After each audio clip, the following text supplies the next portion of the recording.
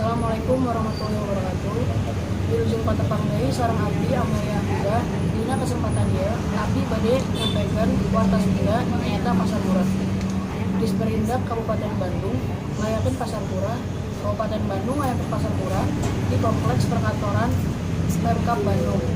Dina pasar eta dijual saniskarap produk UKM atau usaha kecil menengah.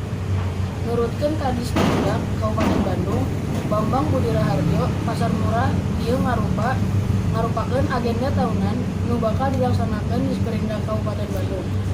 Dina pasar murah ieu sakabeh produk anu dijual hargana leuwih murah dibandingkeun di pasar swalayan. Pasar murah kacida dipikaresep warga Kabupaten Bandung. Seperti tahun samemehna. Muterna duit ngahontal 68 juta. Peminat pasar murah ieu lobana masyarakat umum. Persentase ngadong-dongna 70%, masyarakat umum jeung 30% PNS. Pamirsa, nu sakitu nu kitu kapihatur wilujeng patepang deui. Wassalamualaikum warahmatullahi wabarakatuh.